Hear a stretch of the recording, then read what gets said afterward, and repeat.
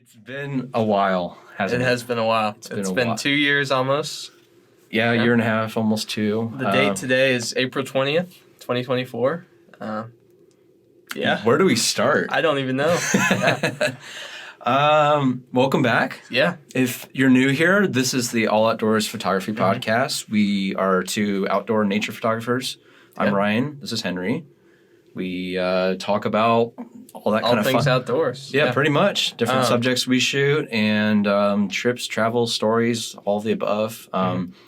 Yeah, should we start with like the history of the podcast a little bit? I think so. I think that'd be good. Okay, let's just do that. Yeah, so back in July of 2020, a very bored 16-year-old, me, Henry, I kind of wanted to start a podcast. And at the time, there was this like group chat, I think, with like a couple photographers. And I contacted a couple. There was initially another guy, but I contacted him and Ryan. And the other guy dropped off pretty quickly. But we started the All Outdoors podcast. And we did it every week for a long time. About a solid 2 years. I mean, we took breaks in between, but you can see our back catalog is still on here, wherever you're listening, that is. I think we did how many episodes? Like 70, 80? Yeah, we got into the 80s, I think, and we did 3 seasons. Towards the end, it was a lot of guests. Which is fine, of course. Yeah. We had a lot of great people on, some of our inspirations, and just really nice Ray conversations. Hennessy, Theodore Emery, Charles Needle, all kinds of people. Yeah, professional and amateur. Amateur gets a bad rap, but people that just did it for the love of it. And we traveled a lot, too. We went to Biggest Week, Smoky Mountains, a bunch of things. Yeah. But I think we're both at a place in our life that we were ready to bring it back. So. Yeah. So, I mean, we just kind of took a break out of nowhere. It was July of 2022, I believe.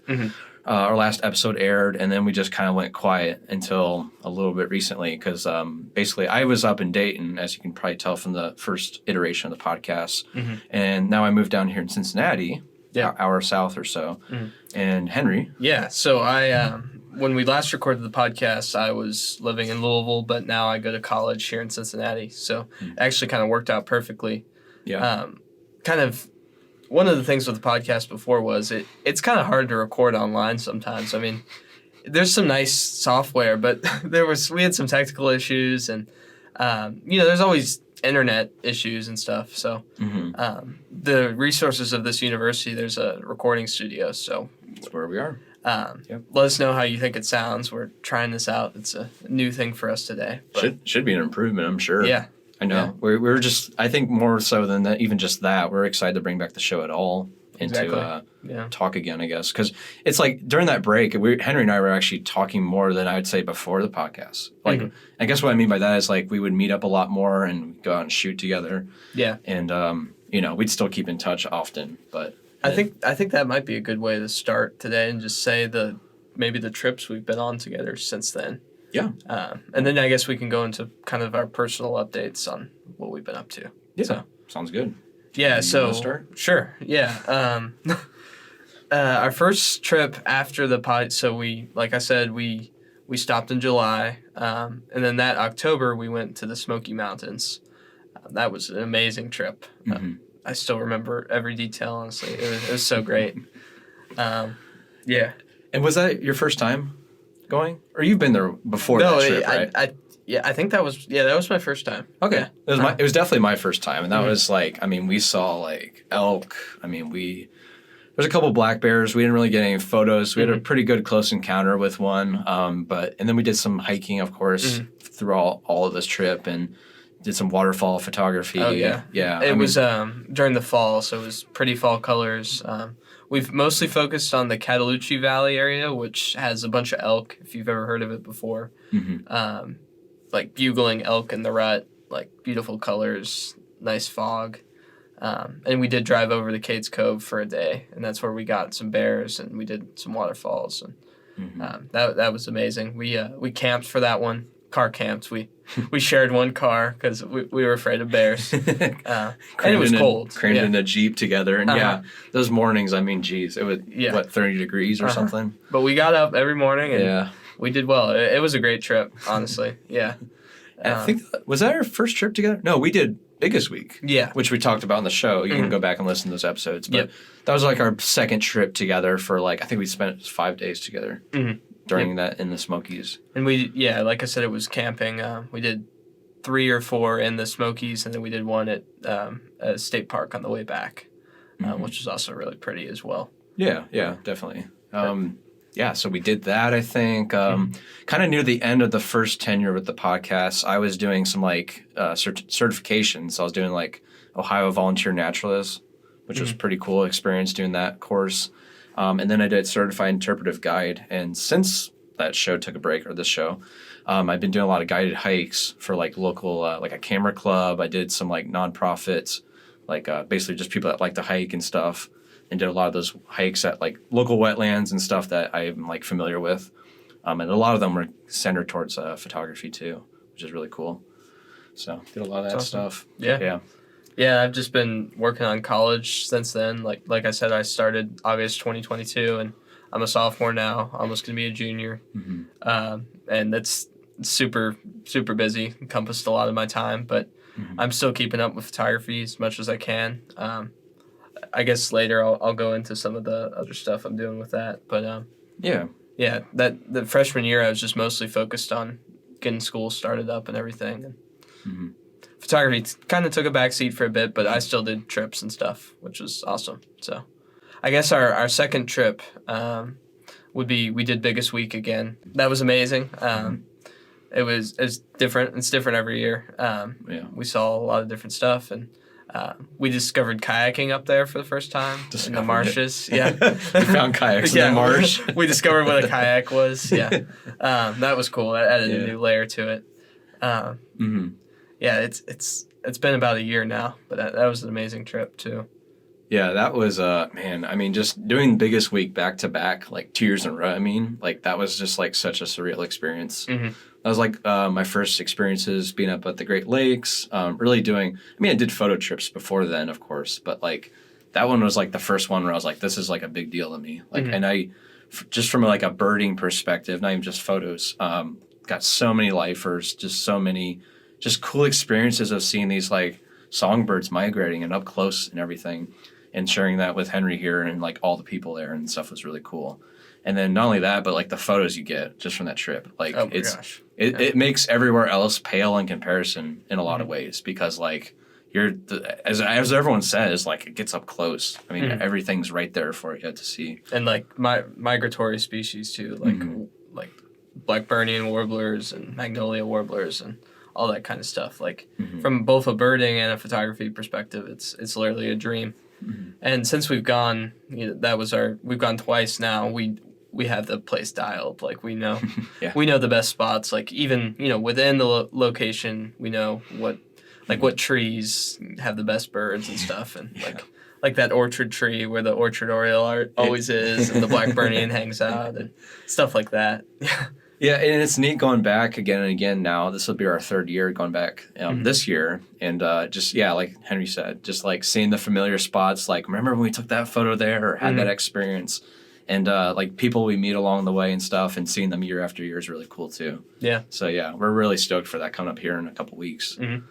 Yeah, it's about 3 weeks from now. This morning, actually, we kind of got a preview of migration. We did some prairie warblers in East Fork State Park, so that was fun.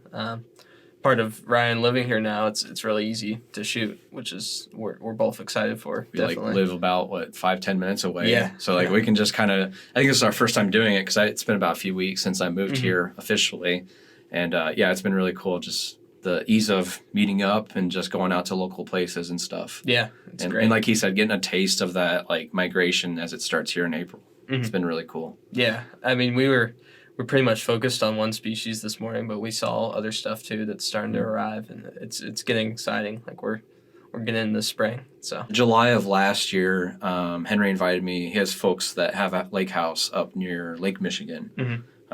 So lower, what would be the glove mitten? It's towards the top of the lower part of Michigan. Yeah. So it's Lower Peninsula. Yeah, does it make sense? Lower, yeah. It's not a peninsula. No, it is called the Lower Peninsula. Is it really? It's a peninsula. Okay. Yeah. Close enough. Yeah. It's right in Sleeping Bear Dunes National Park, which is kind of a lesser known but great national park. it's definitely a mecca for birds and landscapes too with the dunes. I was able to take Ryan out to do loons. So I have a nesting, or at least last year there was a nesting family of loons up there with a chick at a little remote lake. I believe you brought your kayak, right? If I remember. Yeah, so that, like we said, this is after we both kind of like experienced photographing from a kayak. And at this point, we both bought our own and brought our own to this trip. So I brought mine up when I drove up, and there's like a multitude of lakes that we stopped at that you were familiar with. Yeah. And there's so many good evenings where we were just out. I remember this is the one where it was like pouring rain, and we were out photographing loons, and we did some like gulls over near the beach. And then there's like another evening where like we had like what are the loon babies called? Just chicks. Loon chicks. Loon Yeah. chicks, Okay. Wasn't sure if it was like a loonies or something or something. Nice. Yeah, but we had some great experiences just like photographing these loons and like their young from their offspring from the kayaks and stuff. Yeah, and we were there, or you were there about mid-July, so the loon baby was like mid-size, so you could definitely still tell it was a chick. I think it was past the point of being on its mom's back, if I remember correctly. It was staying close to them, but yeah, it was definitely like kind of past that point. But like you said, you can definitely tell the difference between the adults versus the not, I guess, yeah. Yeah, and there's also a number of ponds that are like more grown over, and we did some green heron stuff, and there was a rail, which was cool. And then there's another lake as well where we did, we had cranes, we had loons, we had mergansers, gulls. It was great. Yeah, and that was my first experience ever being in Michigan, and like just seeing like the dunes and just seeing the hills and kind of mountains and just all of it. Really, it was just like the scenery was just spectacular. Like just this beautiful backdrops to the wildlife that we all encountered. So yeah, it's a really cool place, and it's lesser known, so there's not a super big amount of people around, which is nice. You pretty much always have shooting locations to yourself, which is good. Yeah. So that was an awesome trip. I didn't, at least for me, I didn't get too many photos, but what I did get was like pretty neat. Like some, like you said, the loons. So there's a morning we had a sunrise with some like golden hour, green herons. There was in the fog. Yeah, it was super dramatic. There's a lot of cool stuff going on there. So you have to work for it up there definitely, because it's sunny days, so you really can only shoot first couple hours of the day and the end of the day usually. But it's definitely rewarding. Especially being out on the water and just enjoying the scenery. So it was nice because like you, Henry, had like so many different ideas of where to go and where to shoot because you've been there so much throughout your life. And for me being like the noob here, I was like, it felt like you're like kind of guiding me on this tour, and you like showing me like the best opportunities and the best places to be at, and that was really cool. So yeah, thank you. Yeah, for some perspective, I had gone up there every summer of my life, so 19 years at the time, and I was actually working for a charity organization for the park that summer, so I was kind of even more immersed last summer in that. I even used Ryan as a model for some of the photos to help encourage volunteering. Yeah. Because we did some great hikes as well. That's kind of what Sleeping Bear Dunes is really known for, is its hikes, like up the sand dunes and stuff. It's got some great stuff. It's well deserved. Yeah. Yeah, definitely. I had sand in my shoes like every day. Oh yeah. I still find sand in my shoes. Yeah. And I had sand in my car for like a few weeks or months afterwards. Yeah. So we did that trip, and what else did we do together? I think we kind of met up on and off, like in between all these trips, and just did local scouting, the local stuff around us. Yeah, so even before Ryan moved, he was not far from my college. So over the past 2 years, we've met up a multitude of times. We've done mergansers. We've done... there's this great place called Fernald Preserve, which has lots of ducks. I think we've probably met there twice now. Maybe once. I don't remember. I think you introduced me to that place, and I was like love at first sight because I'm obviously a wetlands nerd, and so like just it's just such a cool place. Yeah, it's become one of my favorites easily, and I'm like really glad I live down here now because it's like a half an hour drive or less, and so like and it's birding all year long there. It's amazing. Yeah, any duck species you want to see, you go there. Like it's gonna be there. It's great. It's awesome. Yeah. So. But yeah, we did all that. What other trips? I can't think of anything. I think that's pretty much it. That was pretty much it, yeah. Up until pretty soon here. But yeah. Yeah, and like we said, we got Biggest Week coming up. We're going a little later this year to try to catch some of the later migrants. So it's about 3 weeks out now. Kind of the same style as last year, but we're going to try some new spots, but also, of course, return to the old spots. And I think we definitely plan to do a podcast episode about that, because I'm sure there'll be a ton to talk about. So of course, yeah, always is up there. So yeah, I'm really looking forward to it. It's gonna be a great time. Yeah, so. And just dedicated photography trips are always so fun. Like it's not often that we get to do them, but when you're just focused on kind of one thing, it's so cool. Yeah. And that's really most of what I've done with photography in the past year and a half, 2 years. Is like I've been on and off struggling with like, what do I do next? You know, I'm kind of being like, where's my identity? And it kind of took moving for me to really figure that out. And at one point selling like all my camera gear, just all of it at once, and then trying out film photography, which I still have some cameras of and still try it every now and then, and just trying a variety of different things. Yeah. Just to kind of freshen up the creative process really. And it isn't until recently, like I said, with moving and then doing this podcast again, I'm like kind of finding my stride a little bit again. But yeah, so yeah, a lot of things at least. Yeah, do you want to talk about kind of give a more general update as well to your life and just kind of explain what's kind of happened since July? Because I feel like a lot has changed in both of us. I think it'd probably be good to since last July. Yeah, at least. Or I mean 2022 even. Oh yeah. I mean, I guess. So I guess last we talked, for some of you, probably a lot of you know that listen, but I was like, probably at the time we were going really hard at the podcast. We were doing weekly episodes. We had like professionals on. We were like promoting that thing like real hard and stuff. And then I think I could speak for you too. Like we both got pretty burnt out on it. I was also trying to kind of at the same time, I was holding down a full-time job that wasn't photography related. And then I also wanted to take my own photography career and do like a full-time thing, as everyone knows. And then, so yeah, we basically were burning the candle at all different ends. And I was just getting exhausted. And I was like, this kind of piggyback on what I was just saying about like kind of quitting stuff and selling gear. I was just like, I don't know, just over it all kind of. I was just like, this isn't fun. I tried it for a few years, being like really going at it, trying to make sales, trying to just whatever, really make an impact, I guess. And I was like just done with it really. And so Henry and I, stopped the show. We were like kind of just both kind of feeling burnt out about it.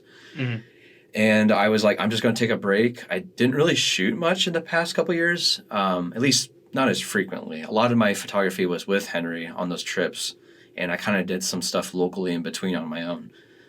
But like I took a break from social media stuff, like posting on Instagram, all that stuff.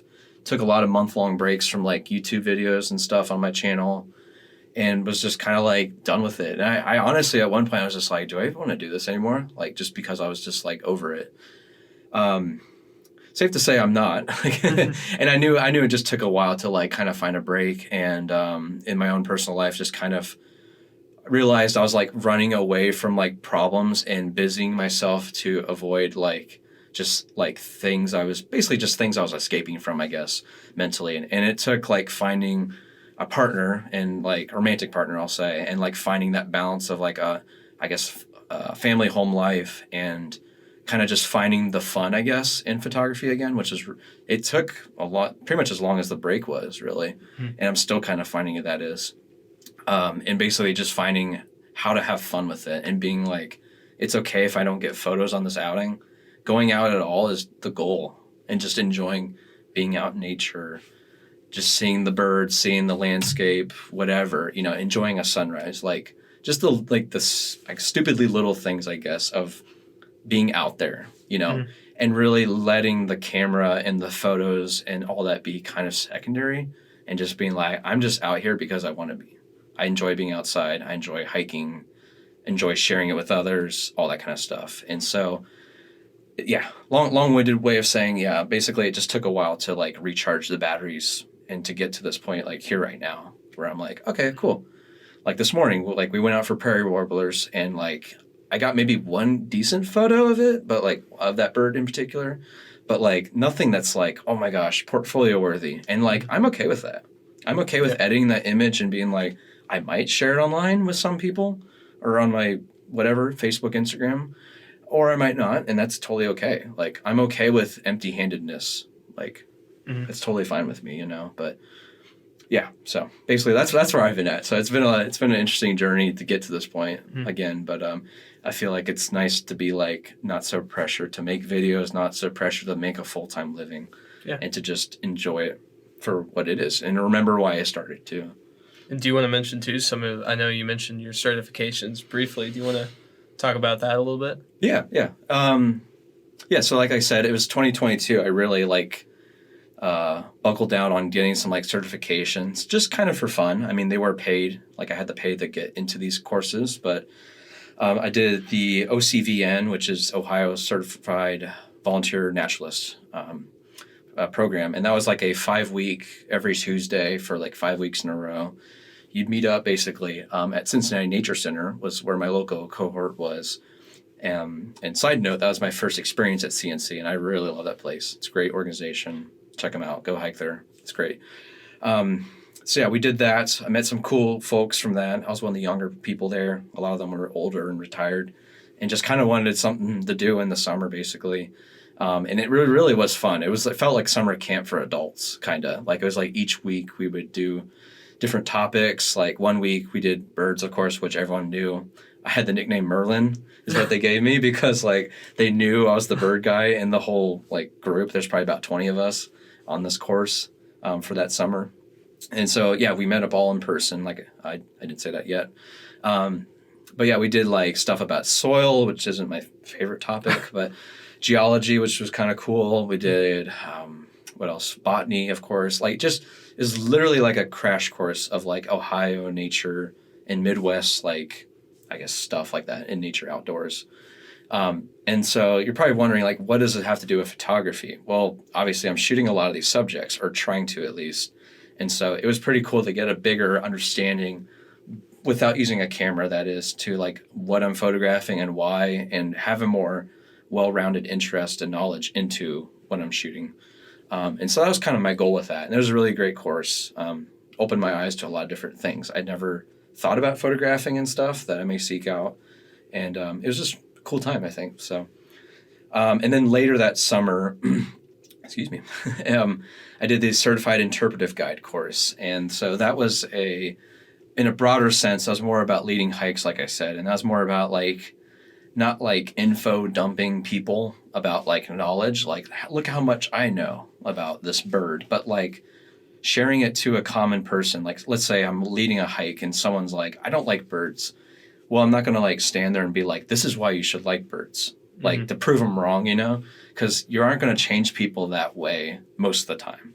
I won't say it never, but basically it was like about just sharing your love of heritage, culture, outdoors, like whatever local history stuff I'm into. Nature, of course, is in that.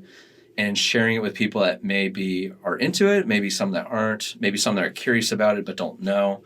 But like basically how to influence people in that way. And not like in a sneaky, evil, sadistic way, but like just how do I share this with them and get them spark the interest. I think that's the biggest thing, is just inspiring people from that. So like, how do I lead a bird hike, for example, and not be like, oh, look, there's a blue jay. That's a corvid. That is a bird this size. It has a wingspan. And you just start going on because quite simply, like, it's boring. Even people that are knowledgeable, they'll probably get bored of that because it's like, I'm not a walking textbook and I'm not here to do that. Mm-hmm. People can be tour guides and do that. That's fine. But my goal with like doing this interpretation is to how to like spark interest. Like, why should I care about this bird? Mm-hmm. Like, what does this bird mean? Like, what does it mean for our world? How can I care about it? That kind of thing. Mm-hmm. And so that's basically what that was all about. And that was a 3-day, also at Cincinnati Nature Center. It was a 3-day back-to-back course, and it was very intensive. Actually, 4 days, excuse me. Intensive course. So like you're literally there for like 8, 9 hours, 10 hours, and you had like lodging there and everything like nearby. And so it was pretty intense, and it culminated basically with 3 days of that kind of in the field experience, teaching you about different subjects. The last day, the 4th day, everyone presented a 10-minute presentation about some topic of your choice. And I chose bird collisions. And so I basically presented this with some like little, what do you call it, stuffed taxidermied like birds of various sizes, showing them. I had some like little fact sheets with like some trivia and stuff to like pass around. And I opened the presentation with a statistic, which is a good way to kind of pull people in and be interested of like how many millions of birds during spring migration actually like collide with buildings and skyscrapers and die. So yeah, there's many different ways you can approach it, but I did that presentation. And fortunately I passed the course, which, you know, as nerve-wracking as it wasn't too hard to do that. Their grading scale is pretty lenient in my opinion, and got certified that way. So it's awesome. Yeah, pretty cool stuff. And let me tie that back to why did I do that course? I kind of already explained it, but like leading hikes is kind of something I wanted to try and get out of my comfort zone and really trying to like push the outgoing sense that can be kind of tough for me sometimes. And so I really wanted to like try and do that aspect and share the photos with people and share the experiences with others really. So it's awesome. Yeah.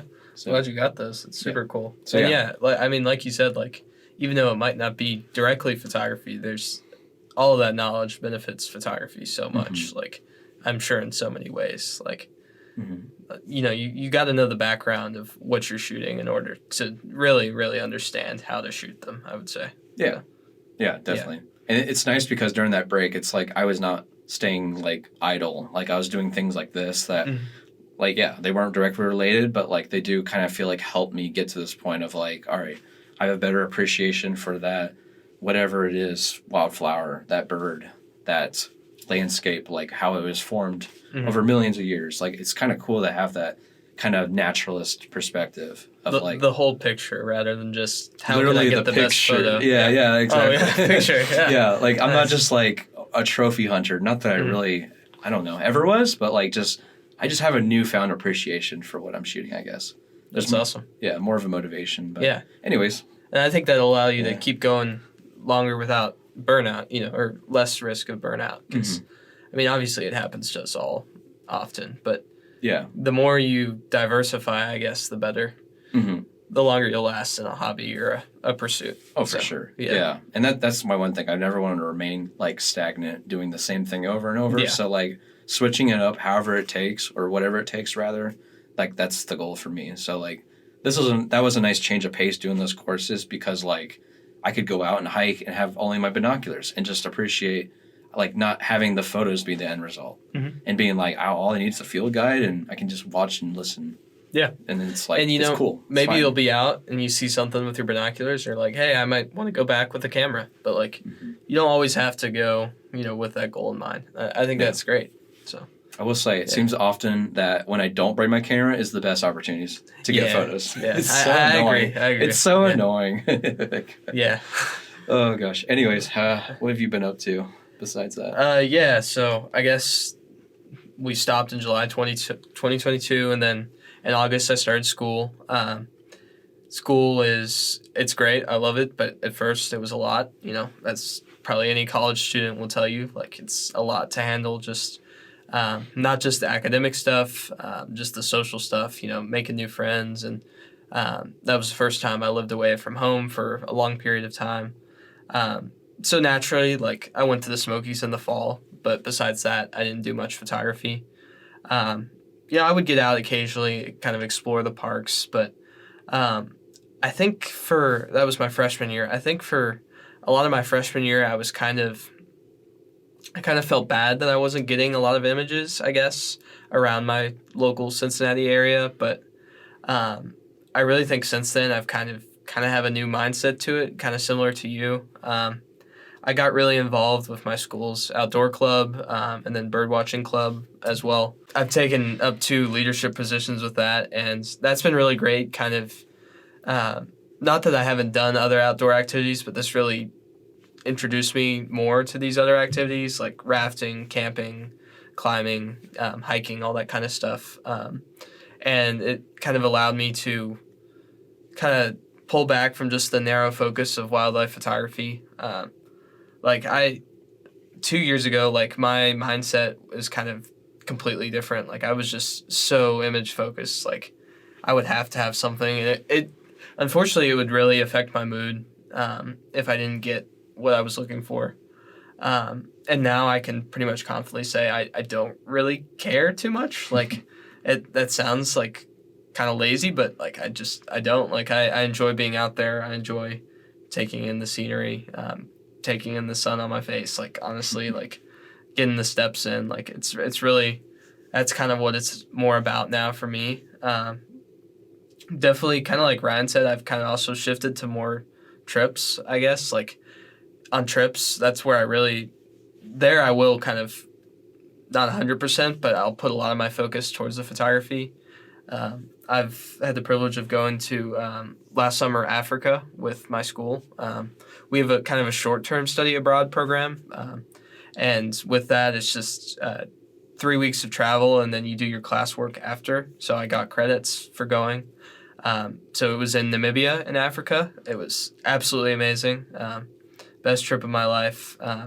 90 new birds to the life list, which is insane. It was great. The big game, lions, elephants, everything.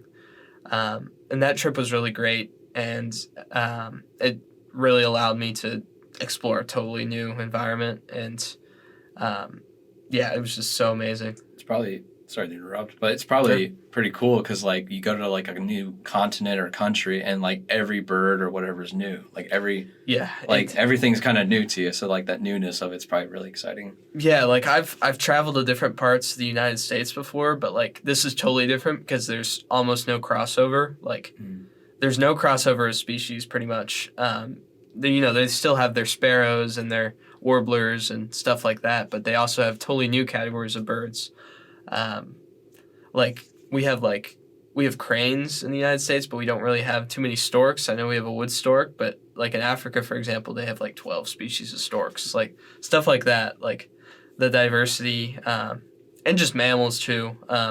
Before I had birds, I had mammals. Like when I was a little kid, I was obsessed with, the big game, from those, I don't know if you ever watched Wild Kratts or anything, but like those kind of shows where they, talk about a different African animal or something, and just to see those in person. Africa is so wild. Like you'll be driving down a road and then just a lion walks right in front of you, and you're in an open air vehicle.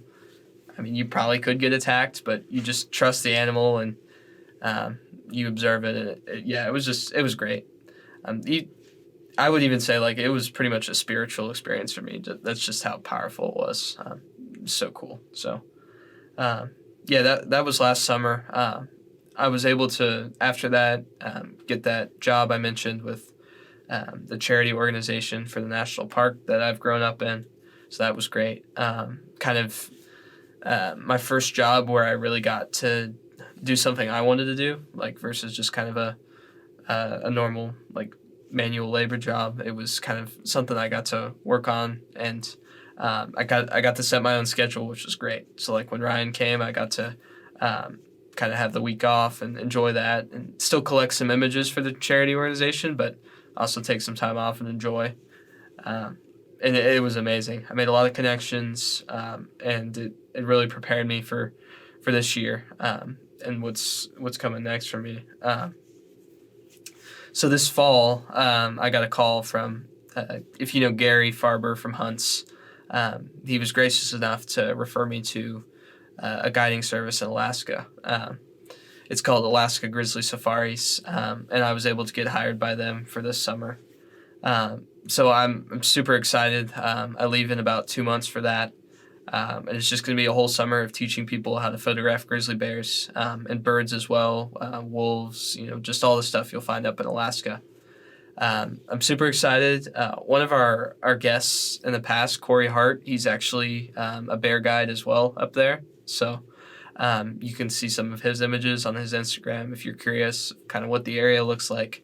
But I'm super pumped for that. I think kind of my experiences at college with the outdoor club and the bird watching club have kind of prepared me for that, kind of guiding people and leading people in the wilderness. So I'm excited to learn about that. I'm excited to photograph grizzly bears, which are probably one of my favorite animals in the beautiful Alaskan environment. So super pumped for that. And I'm definitely excited to be starting this up again as well. This was, for a long time, a big part of my photography, and it really got me excited to shoot, and I'm excited to get back into it. So, yeah, that's awesome, man. Yeah, and like I know we're not image focused, like we both said. I don't want to contradict that, but like the images Henry's gotten from these trips, like the skill, has gone way up. Thank you. I appreciate the talent, and it's just really inspiring to see him still like going right at it and like traveling way more than like I could imagine. I mean, I've done some traveling, but not abroad like that. Yeah. So it's really, really cool to see that. Yeah, I've gone to Arizona as well in there, and Florida. And just I really think, like, for me, I've always been a traveler, so I think, of course, going out in your local area, but also these trips have been really fun, and I've kind of dialed in the workflow for trips like that, like how I edit my images and how I what kind of gear I bring and stuff, and I feel like I've got a good process down with that. Kind of another thing that for me kind of led to burnout with the podcast was it wasn't with the podcast really, it was with my own work. You probably remember this. Your job, day job? No, I'm like the photography work. Oh, okay. You probably remember this, but I kind of was like, I was very critical of my editing back 2 years ago. Yeah. I would kind of like overthink it a lot, and that would lead to me not really processing images.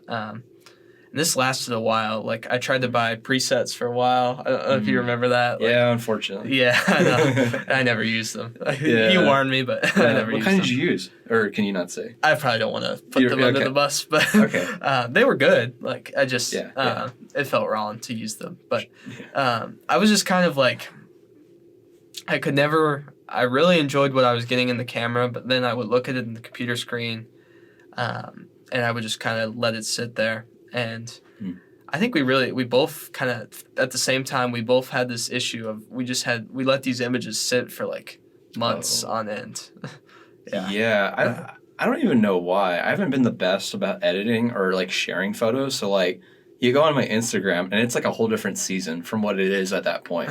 It's like so weird to me, but yeah, kind of the same thing where it's like I remember biggest week, I think kind of both years, I waited like months. It was probably like the end of summer, which that was like middle of spring. So like end of summer's like 3-4 went months. Like April 29th through May 4th or something. So it was early.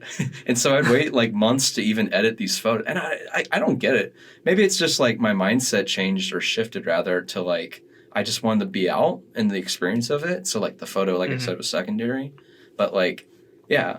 But then also another point is like maybe it's like the old film days where it's like the delayed gratification.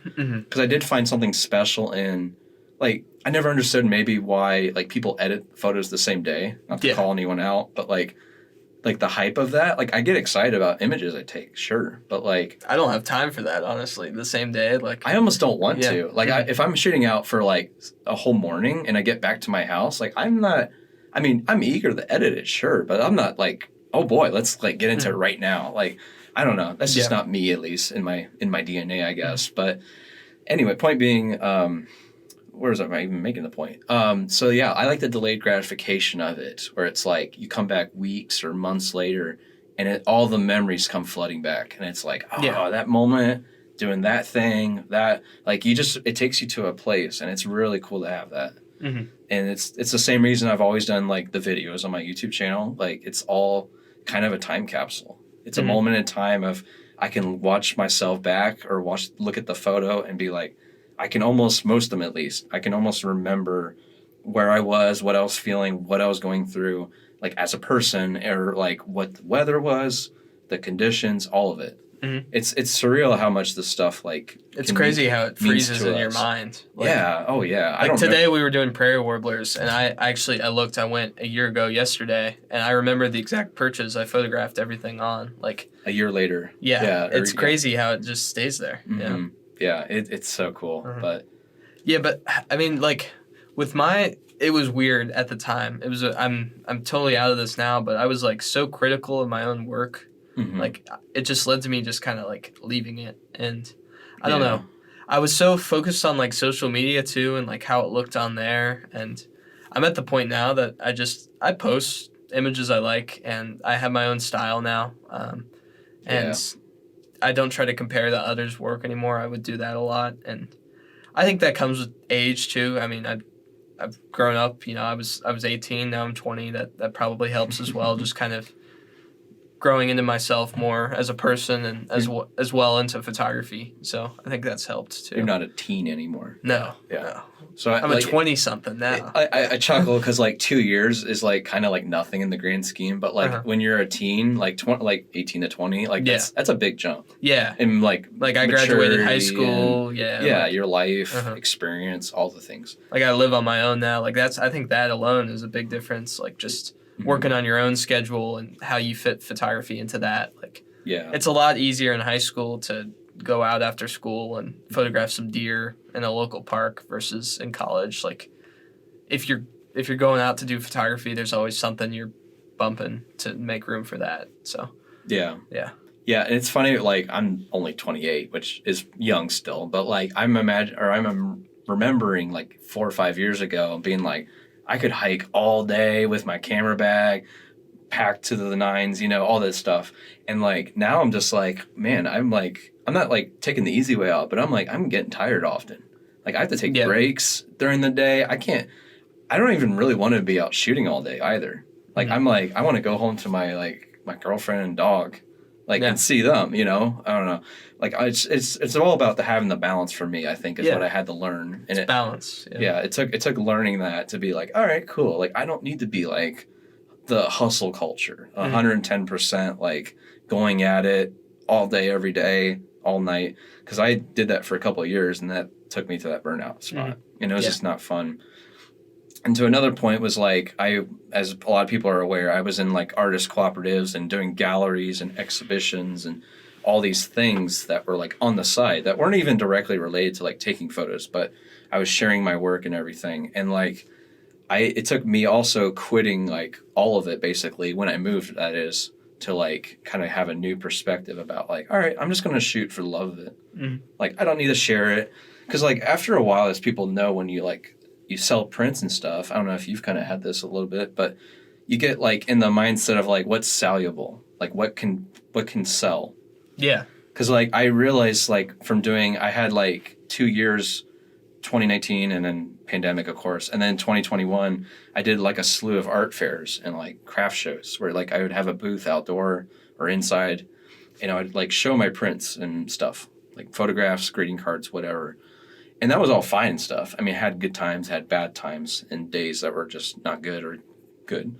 But anyways, you realize what draws the eye, and it's a lot of, colorful, heavily saturated images, stuff that's popular, stuff that's well known, a landscape of Hocking Hills. Someone's going to love that a lot more than this warbler that to me is really cool. I have a cool story with this. Let me tell you. It doesn't matter. And it may be taken near where that person lives, but they have no way of seeing that in the image. Yeah. And it's I can't blame the ignorance on the general public for not, how dare you not know this one photo I took of this one thing. It's not their fault, but you do get in your head a little bit of all right, so if people like photos of eagles, I'm going to take more eagle photos. Or, eagles. So it's probably the worst example, but but it's true. No, it is true. Yeah, if I had a whole gallery of eagle stuff, it would sell pretty well. That's easy. Yeah. I'm not saying taking the photos is easy necessarily, but knowing easier than warblers, that's for sure. Yeah, actually kind of is, honestly, but yeah. So I don't know. I just need to separate myself from that, which was kind of a bummer because of the connections of other photographers, other people I met. Well, it's got to be cool in this digital age. I don't have this experience, but it's got to be cool to have your physical work displayed to the public. I mean, that's got to be great. But, oh, yeah. I mean, and I was pretty good about these past few years, documenting my shows, the actual how they looked, people I was with, so I mean, it's well documented, and I'm glad for it because I can go back and be know when I met these people, this person bought my work and they posed with it. It's cool memories like that. And we've done multiple episodes. I know Ryan did one on just his galleries in the past. I encourage you guys to check that out. And I think we've done ones on printing your work and stuff. And it's definitely even documented on the podcast too. So. Yeah. A lot of cool stuff. So yeah. So if you're new to this show, like tons of episodes to go back on. Dive in. Like we said, there's 3 of us at the beginning. Now there's just 2, Henry and I. There's so many guests, some people that we've both looked up to and got to talk to for an hour. And some we're like friends with now, which is awesome. Yeah, We built relationships with these people. Yeah. Mm-hmm. Yeah, so a lot of exciting stuff. So quite a backlog to listen to and everything. But for now, I mean, we're just getting started.